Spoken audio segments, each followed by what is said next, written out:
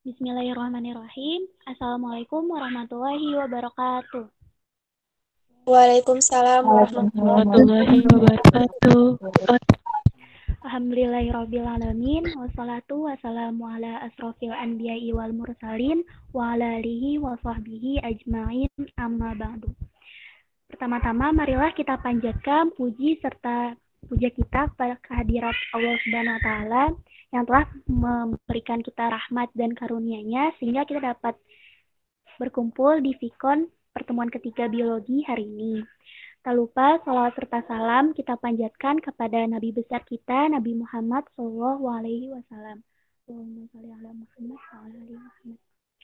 Baik, perkenalkan, saya Safina Firdaus selaku host pada pertemuan ketiga hari ini bersama kedua rekan saya yaitu Zahra Safira dan Rifan Satrio Pambudi selaku moderator. Kepada Rifan dan Zahra, saya persilahkan. Baik, terima kasih Safina. Oke teman-teman, di sini saya akan membacakan tata tertib dan peraturan Vikon Biologi pada hari ini. Berikut tata tertib dan peraturannya. Panelis setiap kelompok terdiri dari 3 orang, menggunakan seragam sekolah hari Jumat atau seragam Muslim. Para peserta diwajibkan masuk room tepat waktu, link dibuka 9.50, aktif dalam berpartisipasi sesuai perannya, menggunakan bahasa yang baik dan sopan. Semua peserta diwajibkan untuk mengaktifkan kamera, tidak diperkenankan untuk menyalakan mikrofon selain pembicara. Seksi acara berhak memperingatkan dan mengambil tindakan kepada peserta yang dianggap tidak mematuhi tata tertib. Berikut nama-nama kelompok dan panelisnya. Kelompok 1 dengan teori Darwin, yaitu ada Bayu, Ega, dan Laura. Kelompok 2 dengan teori Lamarck, ada Almira, Dia, dan Bima. Kelompok 3 dengan teori Weismann, ada Dina, Andi, dan Yana. Untuk memulai sesi tanya jawab, saya persilahkan kepada Rifan Satrio Pambudi. Kepada Rifan dipersilahkan. Iya, terima kasih Zara. Baik teman-teman, sekarang kita masuk ke sesi tanya jawab. Di sesi kali ini semuanya diperbolehkan untuk bertanya kepada kelompok yang ditujukan. Selanjutnya adalah sesi tanya jawab sesi 1, yang dimana semua orang diperbolehkan untuk bertanya kepada kelompok A dan diberikan waktu 12 menit dari sekarang. Kepada kelompok B dan C dipersilahkan.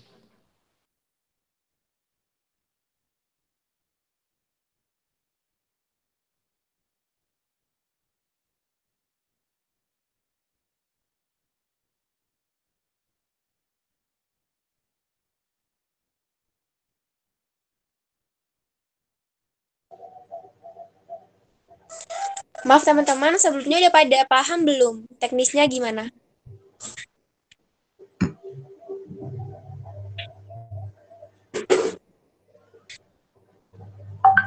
Atau masih ada yang belum paham? Udah ya? Oke. Ditunggu ya. Izin bertanya, saya dari kelompok Lamar ingin bertanya kepada kelompok Darwin. Jadi kan Darwin berteori bahwa seleksi alam dapat menyebabkan mamalia darat berubah menjadi paus. Ia mengatakan saya tidak melihat kesulitan dalam perubahan beruang. Melalui seleksi alam, struktur dan kebiasaan mereka lebih akuatik dengan mulut yang lebih besar, sampai makhluk itu menjadi mengerikan seperti paus. Pertanyaannya, mengapa Darwin berteori bahwa mamalia darat seperti paus? Sekian pertanyaannya.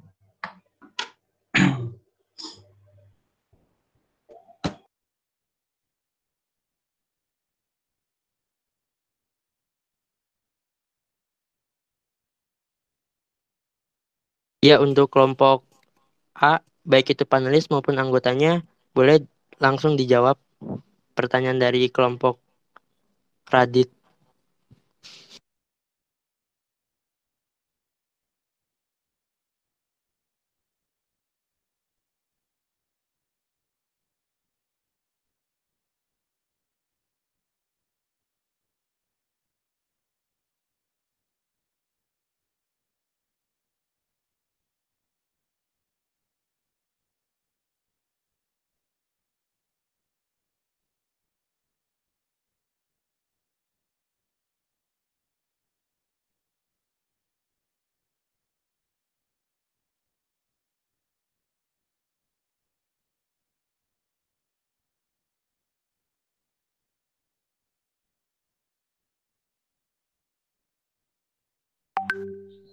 Saudara Radit, pertanyaannya bisa diulang nggak, Dit?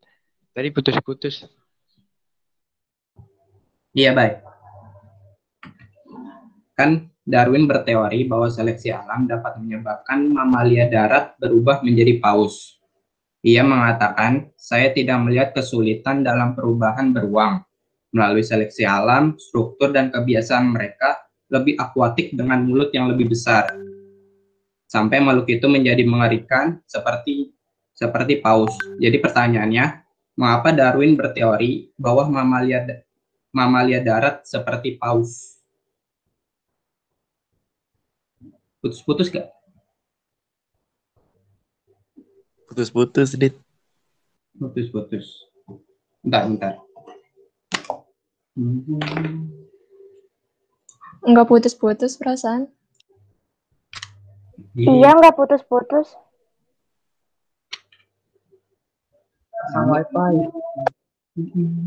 Sinyal gue berarti sinyal gue. Ya, baik kalau dari kelompok 1 itu belum ada jawaban, boleh kelompok lainnya atau anggota kelompok lainnya itu bertanya juga kepada kelompok 1 karena waktunya juga yang terbatas. Terima kasih.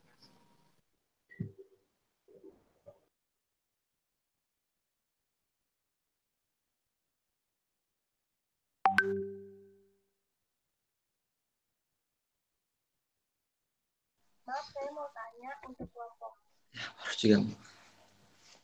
Darwin. Izin mau jawab. Jadi kan tadi ditanya kenapa paus itu kayak mamalia darat kan? Itu karena dia termasuk kelompok hewan cetacea. Bukti bahwa mereka berasal dari darat diindikasikan oleh beberapa hal, kayak mereka harus menghirup udara dari luar permukaan air, terus tulang sirip mereka lebih mirip tulang anggota gerak mamalia darat, terus gerakan vertikal tulang belakang mereka lebih mencirikan gerakan mamalia yang sedang berlari daripada gerakan ikan yang horizontal. Kayak gitu.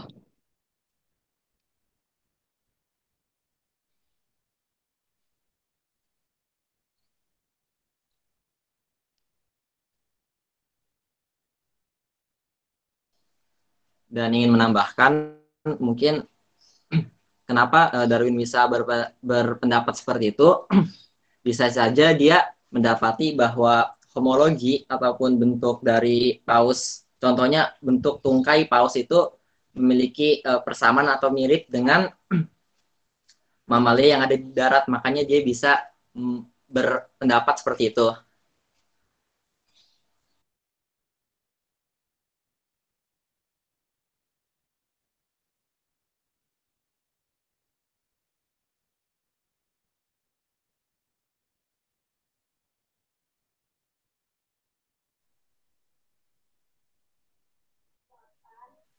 Maaf, izin bertanya, apakah boleh menyanggah sekarang?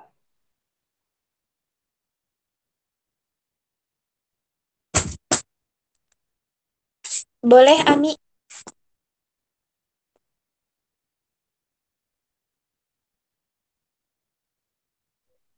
Iya, izin menyanggah. Dari hasil penelitian yang dipublikasikan baru-baru ini dalam jurnal Proceedings of the National Academies of Science itu kan sebenarnya cukup menarik ya soal bahasannya. Nah, menariknya itu mereka itu menyimpulkan bahwa perubahan bentuk dari hewan seukuran tikus ke gajah itu dibutuhkan 24 juta generasi. Nah, sedangkan paus dibutuhkan 2 kali lebih cepat dari mamalia darat kan? Sehingga kurang lebih mungkin dibutuhkan 12 juta generasi untuk menjadi paus. Nah, artinya ada 12 juta representasi generasi atau spesies transisi dari beruang ke bentuk ikan paus. Nah, kalau pendapat Darwin itu benar, bahwa paus itu berevolusi dari beruang, maka sesuai penelitian dari Evans, paling tidak dibutuhkan 12 juta generasi dong. Terima kasih.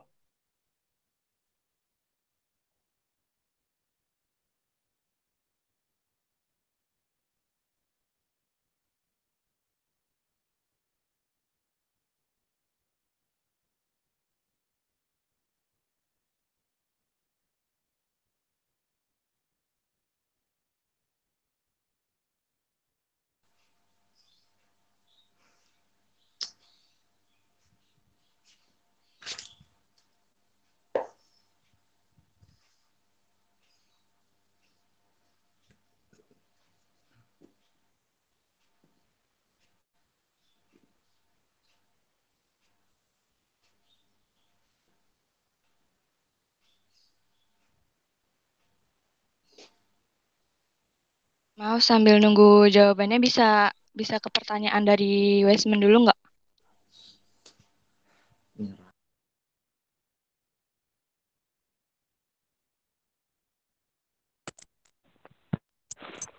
Halo, izin Rifan. Iya, bertanya. iya dipersilahkan. Kelompok Westman izin bertanya buat Darwin. Jadi dalam buku The Origin of Species, Darwin menyatakan bahwa evolusi terjadi karena mekanisme seleksi alam. Nah, teori mekanisme seleksi alam itu kan makhluk hidup yang lebih kuat dan sesuai dengan kondisi alam habitatnya akan bertahan hidup. Sedangkan yang lemah cenderung mengalami kepunahan. Contohnya itu kayak rusa di padang rumput yang terancam, terus mereka mampu lari kencang, dia akan bertahan hidup. Nah, pada akhirnya yang terbentuk adalah kawanan rusa yang kuat dan berlari cepat. Nah, pertanyaannya, apakah mekanisme seleksi alam dapat menjamin kebenaran teori tersebut menyebabkan rusa berevolusi membentuk spesies lain yang larinya cepat seperti kuda? Terima kasih.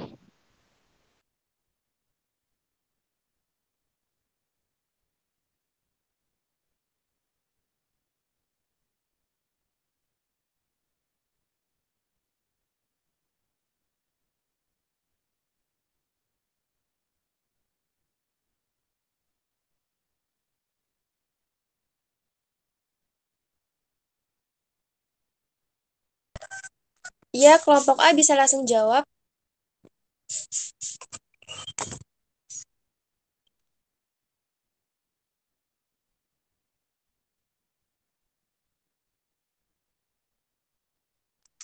Atau ditampung pertanyaan dulu. Tadi selain Dina, ada yang mau jawab? Ada yang mau bertanya lagi kah?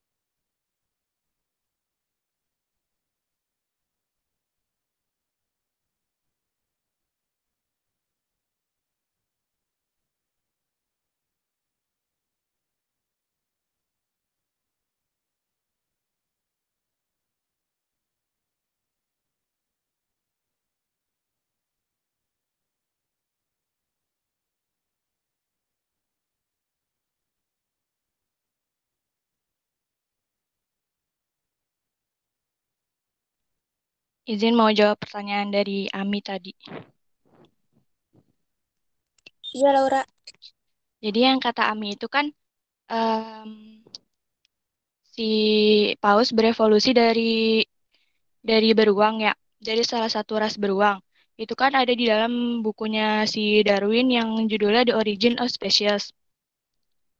Nah, jadi si Darwin itu mengungkapin kalau variasi itu dapat berkembang tanpa batas. Jadi suatu ras beruang itu melalui seleksi alam menjadikan semakin terbiasa dengan lingkungan perairan sehingga mulutnya semakin lebar sampai akhirnya menjadi kayak gitu. Enggak, sebenarnya masalahnya tuh di kenapa si Darwin ini mengatakan kalau paus itu mamalia darat itu seperti paus, sedangkan tidak ditemukan bukti fosil yang mendukung klaim tersebut. Jadi ketidakhadiran fosil paus ini bukti bahwa evolusi dari si paus tersebut tidak terjadi. Karena si Darwin itu cuma berimajinasi. Jadi si Darwin itu cuma berimajinasi kalau kalau si ras beruang itu bisa berevolusi jadi si paus itu melalui seleksi alam.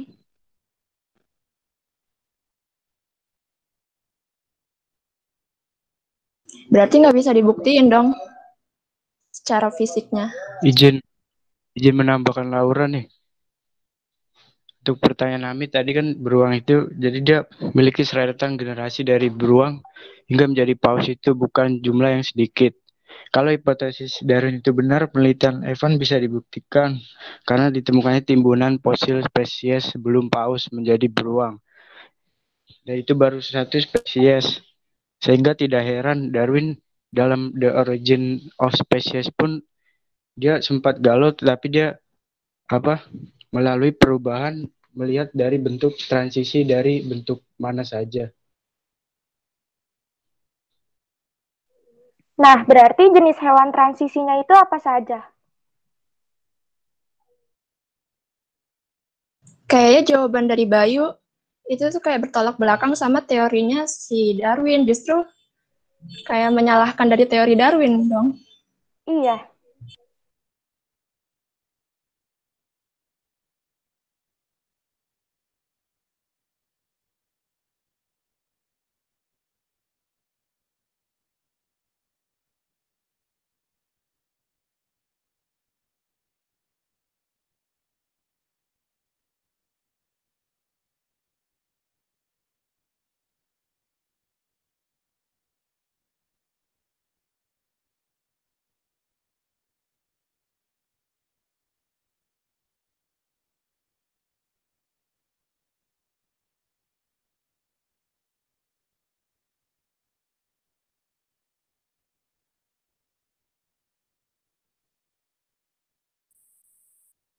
Ya, untuk kelompok 1, apakah ada argumentasi lain untuk mematahkan tadi pernyataan dari Ami dan dia?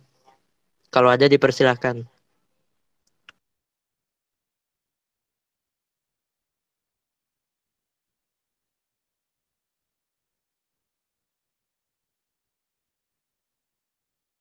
Pokoknya kan maksudnya si Darwin itu teorinya itu mengungkapin kalau evolusi manusia itu dari seleksi alam.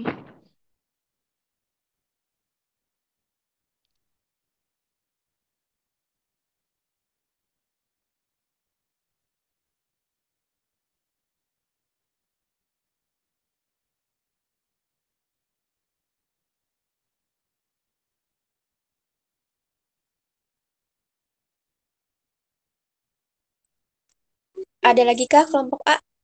Tadi pertanyaan dari Dina belum dijawab ya. Mungkin bisa langsung dijawab.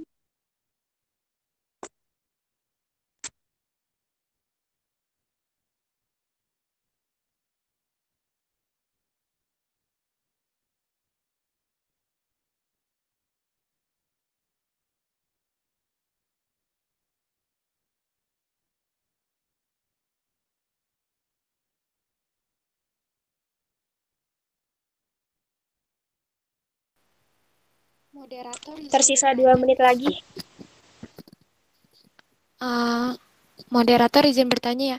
Ini sesi sanggah menyanggah atau cuman sesi tanya jawab? Sesi tanya jawab, tapi kalau misalnya boleh disanggah, boleh juga sekalian mendukung keaktifan dari teman-teman semua, Dina. Oke.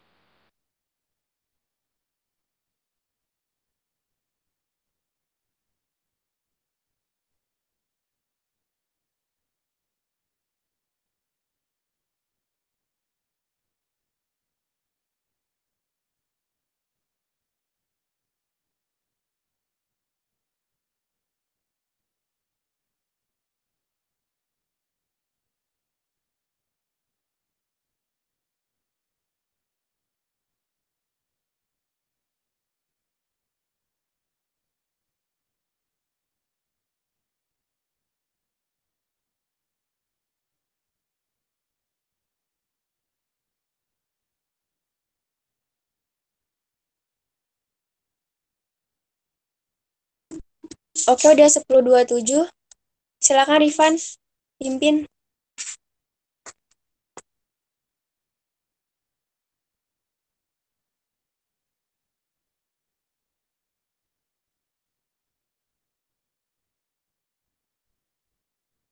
Ya, untuk waktu sesi 1 ini batasnya sampai 10:29 menit. Jadi untuk sesi 1 ini masih tersisa 2 menit lagi.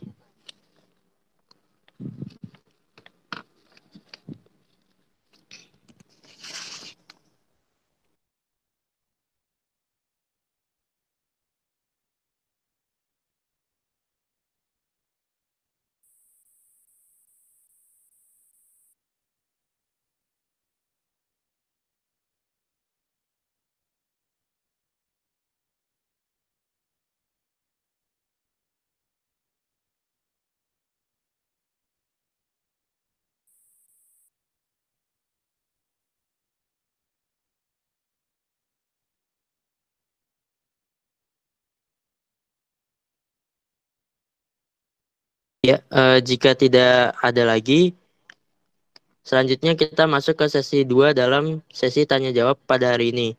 Yang dimana pada sesi 2 ini semuanya diperbolehkan untuk bertanya kepada anggota maupun panelis kelompok B. Diberikan waktu 12 menit dari sekarang. Dipersilahkan.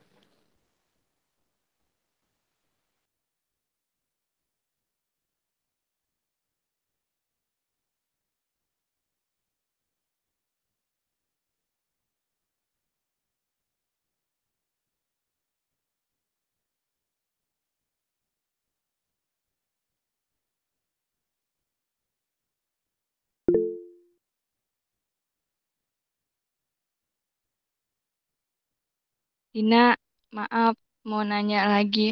Mau itu tolong diulang lagi pertanyaannya intinya, inti pertanyaannya.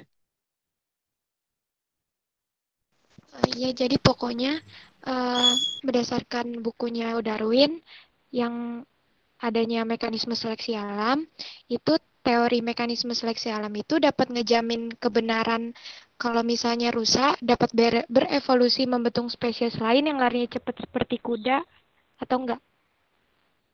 Ya, maaf, untuk sesi 1 yang dimana ditujukan untuk kelompok A, pertanyaannya itu sudah habis. Sekarang masuk ke sesi 2 yang dimana semua pertanyaan ditujukan kepada kelompok B. Sehingga semua anggota maupun panelis dari kelompok A dan kelompok C diperbolehkan untuk bertanya. Dipersilahkan dari sekarang.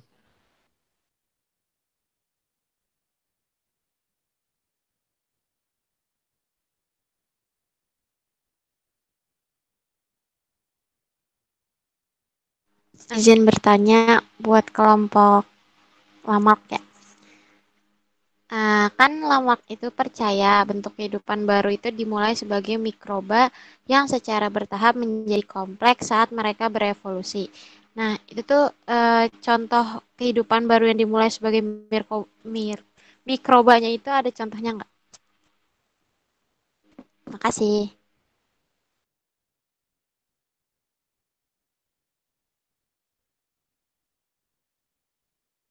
Saya mau izin bertanya untuk kelompok Lamarck, kalau seseorang tangannya diamputasi karena kecelakaan atau hal yang lainnya, lalu saat dia memiliki anak, apakah nanti anaknya akan terlahir dalam keadaan fisik yang sempurna? Terima kasih.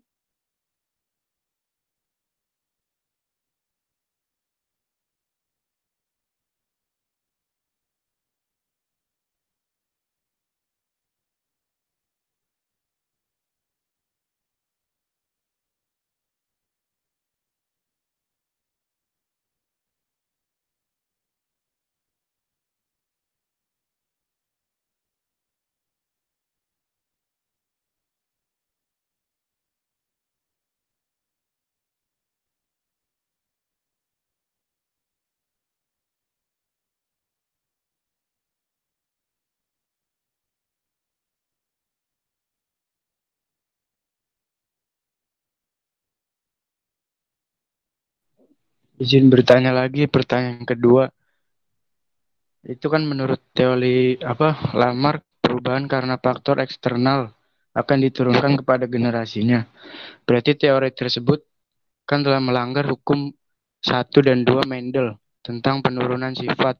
Bagaimana pandangan Anda pihak Lamarck tentang hal tersebut?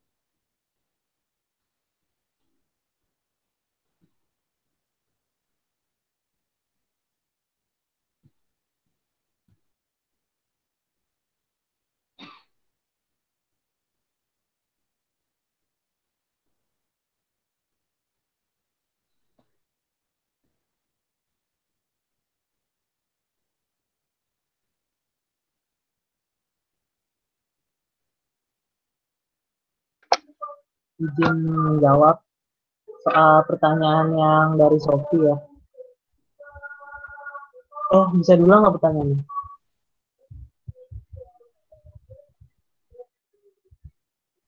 Bentar-bentar, Bim. Nah, kan Lamarck itu percaya bentuk kehidupan baru dimulai sebagai mikroba yang secara bertahap menjadi kompleks. Nah, menjadi kompleks saat mereka berevolusi. Nah, contohnya tuh kayak apa? Kayak kehidupan barunya dimulai sebagai mikroba itu contohnya kayak gimana? Ini terdapat beberapa contoh. Yang pertama itu Dictyostelium discoideum. Nah, yaitu kekurangan makanan di tempat lamanya. Terus dia berkelompok dalam satu koloni, lalu bergerak ke lokasi baru, lalu berevolusi. Nah, yang selanjutnya itu Volvocaceae sama Eudorina dan Volvox itu sama kayak yang sel pertama tadi. Nah, gitu.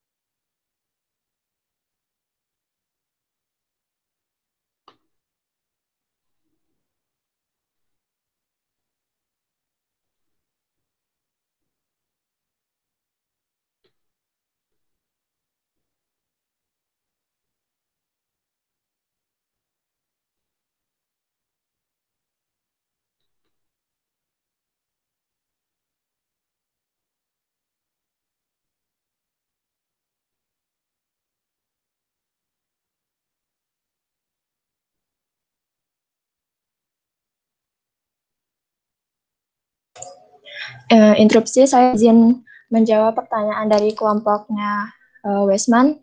Tadi pertanyaannya adalah kalau seseorang diamputasi, apakah anaknya akan bertangan buntung, gitu nggak sih? Iya, benar kayak gitu pertanyaannya. Kalau yang saya tangkap dari pertanyaan ini, kayak contoh dari kasus ini tuh hampir sama kayak percobaan yang dilakukan sama si Westman kan. Nah, sedangkan percobaan yang dilakukan sama si Westman ini adalah dua hal yang berbeda dengan teori use and disuse dari Lamarck. Jadi, kan namanya evolusi membutuhkan waktu yang lama kan, dan ini tangan seseorang yang diamputasi itu bukan dalam bentuk adaptasi dia terhadap lingkungannya, dan dia adaptasi secara buatan, bukan secara alami. Sedangkan teori use and disuse yang diungkapkan oleh Lamarck itu berdasarkan adaptasi secara alami.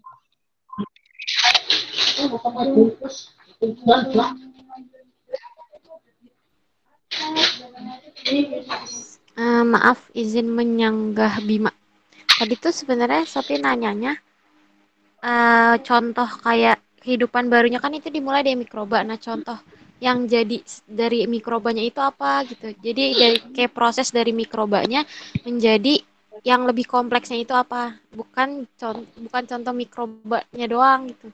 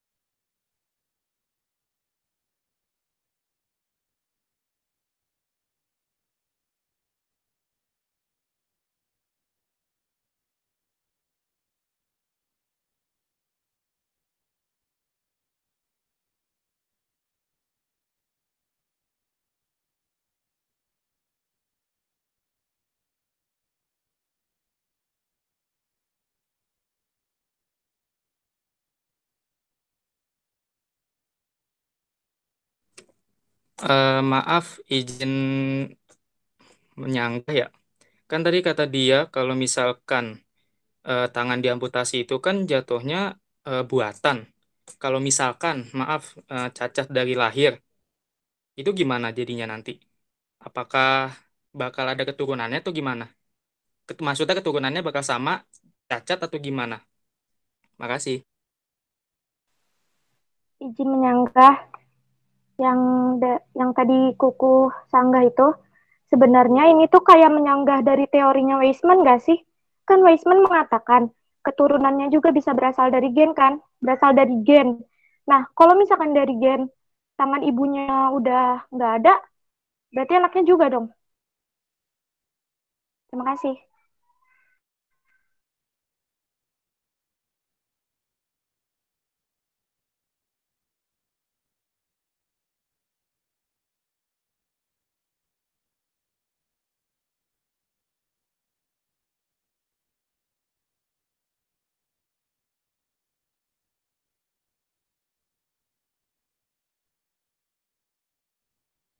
Ada lagi tambahan kah? Tadi Siti Rahma mau bertanya ya? Silakan Rahma, bisa diulang pertanyaannya. Udah Zahra udah dijawab sama dia tadi. Oh, udah dijawab. Oke. Ya, waktu tersisa 2 menit ya.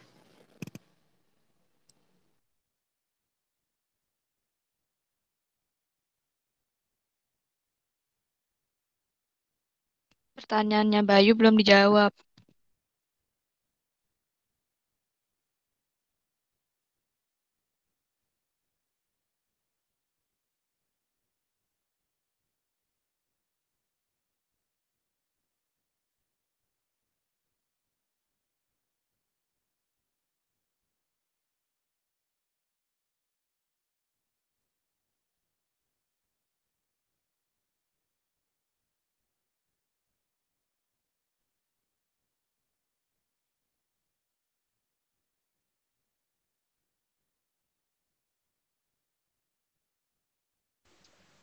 Eh, Moderator izin menyanggah buat dari tim Lamarck ya. Iya, silahkan. Ya tadi kata dia itu kan evolusi itu kan membutuhkan waktu yang lama. Nah, dari kalau bentar, maaf. Nah, ini pertanyaan dari moderator. Kalau misalnya evolusi itu memerlukan waktu yang lama, metamorfosis itu termasuk evolusi atau bukan? Soalnya kan itu berubah dari makhluk hidup yang satu ke makhluk hidup yang lainnya. Makasih.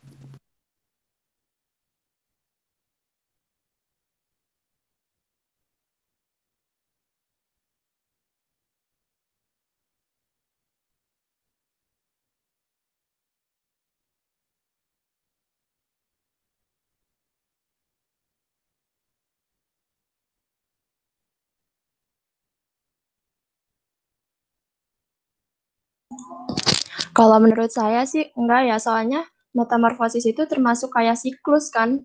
Sedangkan kalau evolusi, apa ya, bentuk yang udah ada dari dulu, yang nggak ada lagi di sekarang. Menurut saya ya.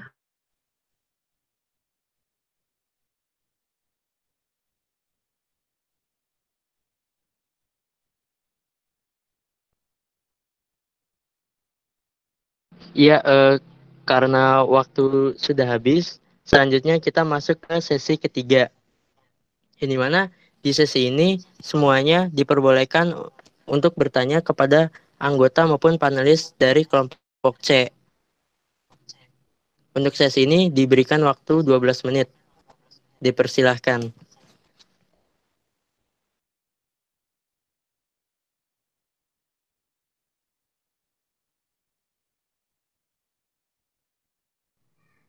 Izin bertanya, saya dari kelompok lama. Dalam teori Weismann itu, Weismann kan melakukan percobaan terhadap ekor tikus yang dipotong. Kemudian dikawinkan dan dilakukan hingga 21 turunan untuk membuktikan bahwa penurunan sifat itu berasal dari sel-sel genetik induknya. Pertanyaannya, adakah bukti lain yang dapat dipercaya bahwa penurunan sifat berasal dari sel-sel genetik induknya? Sedangkan seperti yang kita ketahui, Weismann tidak memiliki bukti dalam teorinya terhadap makhluk hidup tertentu seperti bakteri, protista, dan tumbuhan tingkat tinggi. Terima kasih.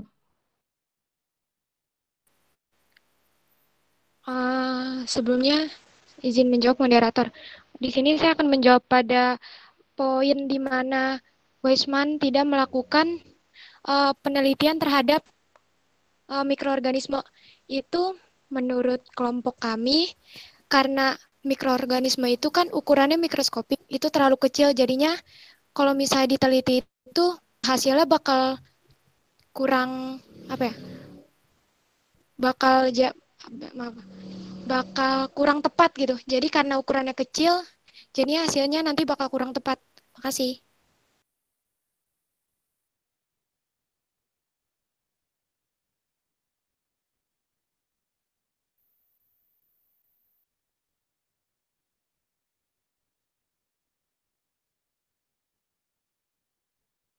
Iya, mau nanya juga buat Westman. Kan teori tentang plasma nutfah cuman ngelibatin sel ovum sama sel sperma. Berarti cuman ngecakup hewan atau tumbuhan yang tingkat tinggi dong. Berarti hewan atau tumbuhan yang rendah kayak bakteri sama organisme mikro lainnya gitu nggak terbahas secara detail dong. Ya nggak? Kalau misalnya dari penemuan Weismann sendiri, iya itu belum kebukti yang buat mikroorganisme atau tanaman. Karena yang tadi udah dijelasin kalau misalnya kayak mikroorganisme itu ukurannya terlalu kecil, jadi kalau misalnya penelitian pakai itu hasilnya akan kurang tepat.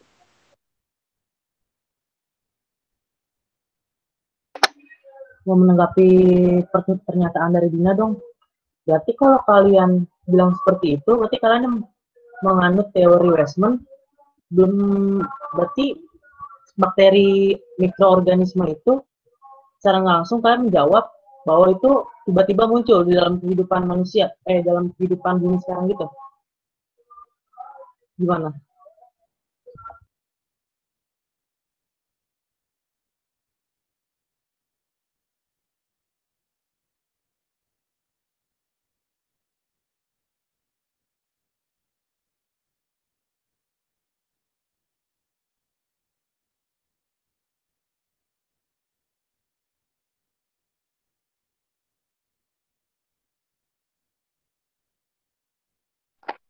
Mau nanya juga dari kelompok Darwin ke kelompok Weismann. Kan ketika terjadi revolusi industri itu, ada asap berwarna hitam akibat pembakaran. Nah, kupu-kupu ikut berevolusi terhadap lingkungannya. Apakah saat berevolusinya itu, kupu-kupu tersebut yang disebabkan oleh asap pembakaran, organ organ pernafasan atau organ lainnya itu mengalami evolusi juga? Terus, lalu bagaimana pada saat kupu-kupu tersebut belum berevolusi dan mengancam nyawa mereka dengan adanya asap tersebut? Terima kasih.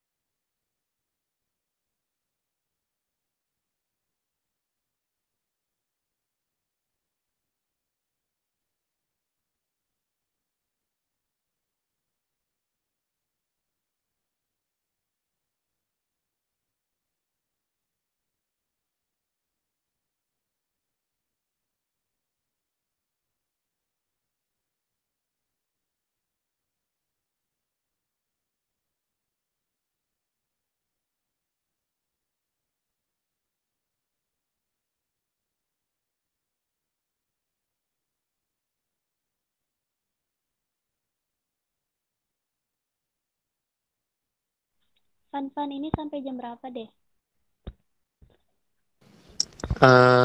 10:54. 51, Van. Oke.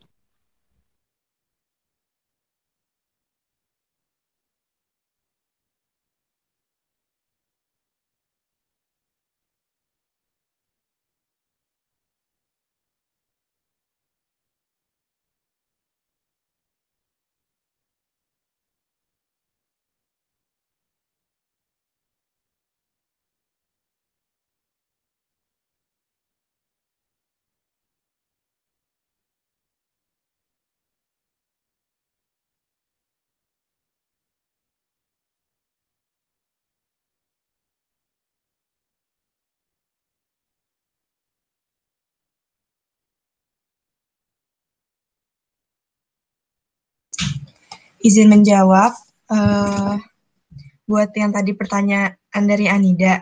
Kalau pertanyaan Anida itu sebenarnya lebih tepat terhadap teori Lamarck yang pada dasarnya itu adaptasi, bukan ke Weismann yang pewarisan sifatnya melalui genetik, karena kan evolusi kupu-kupu hanya berevolusi di sayap saja, gitu. Terima kasih.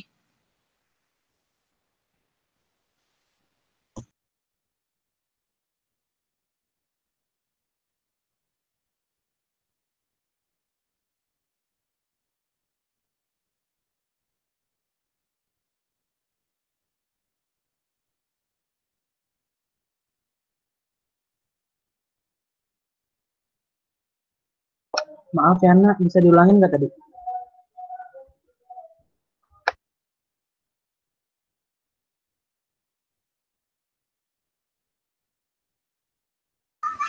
Tadi yang pertanyaan dari Anida itu kurang tepat gitu buat Weismann. Lebih tepatnya itu terhadap teori si Lamarck yang pada dasarnya itu ada adaptasinya kan.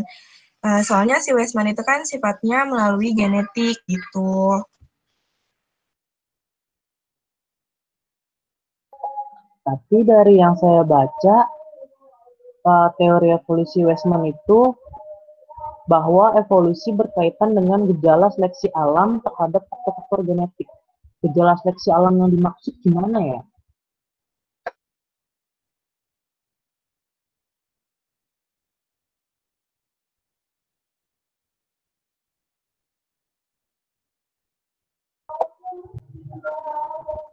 Sama kan gejala seleksi alam sama pengaruh lingkungan itu? Nah,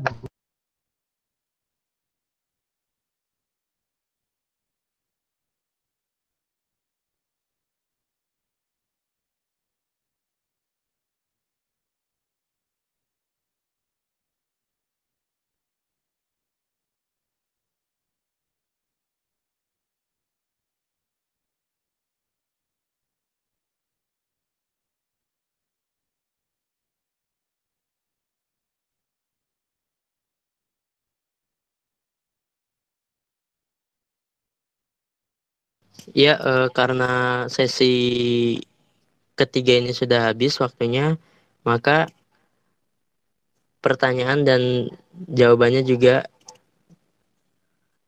habis waktunya. Alhamdulillah teman-teman, kita telah menyaksikan tadi sesi tanya jawab yang cukup cukup kritis ya dari masing-masing. Selanjutnya untuk kesimpulan saya kembalikan ke Zahra selaku moderator. Oke, terima kasih Rifan. Baik teman-teman, di sini saya akan membacakan kesimpulan yang bisa kita ambil dari pertemuan kita hari ini. Proses evolusi tidak dapat dikaji secara eksperimental dan secara empiris. Proses evolusi hanya bisa didukung melalui bukti-bukti atau petunjuk-petunjuk terjadinya evolusi. Petunjuk-petunjuk evolusi antara lain adanya variasi di antara individu, dalam spesies, temuan fosil, homologi, dan analogi alat tubuh sisa, persamaan embrio, kemiripan biokimia, penyebaran geografi, dan domestifikasi.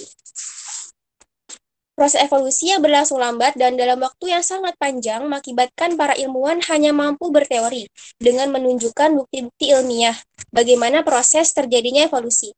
Bukti-bukti tersebut tentunya membantu dalam proses menemukan teori, namun tetap tidak dapat memastikan apakah teori tersebut benar-benar terjadi. Baik, saya mewakili dari moderator, pamit undur diri. Maaf jika terjadi banyak kekurangan, dan saya sampaikan aja langsung ke Safira Firdaus selaku host. Kepada Safira dipersilahkan. Baik, terima kasih Rifan dan Zahra selaku moderator yang telah memandu pertemuan ketiga Fikon hari ini. Alhamdulillah kita sudah berada di penghujung pembelajaran debat biologi baik dari pertemuan 1 sampai pertemuan 3 hari ini. Dan saya Safina selaku host mewakili si acara. Mohon maaf apabila dari pertemuan 1 sampai pertemuan 3 hari ini banyak kekurangan yang terjadi. Sekian dari saya. Wabillahi taufiq wal hidayah. Wassalamualaikum warahmatullahi wabarakatuh. Waalaikumsalam warahmatullahi wabarakatuh. Waalaikumsalam warahmatullahi wabarakatuh. Terima kasih juga. Terima kasih.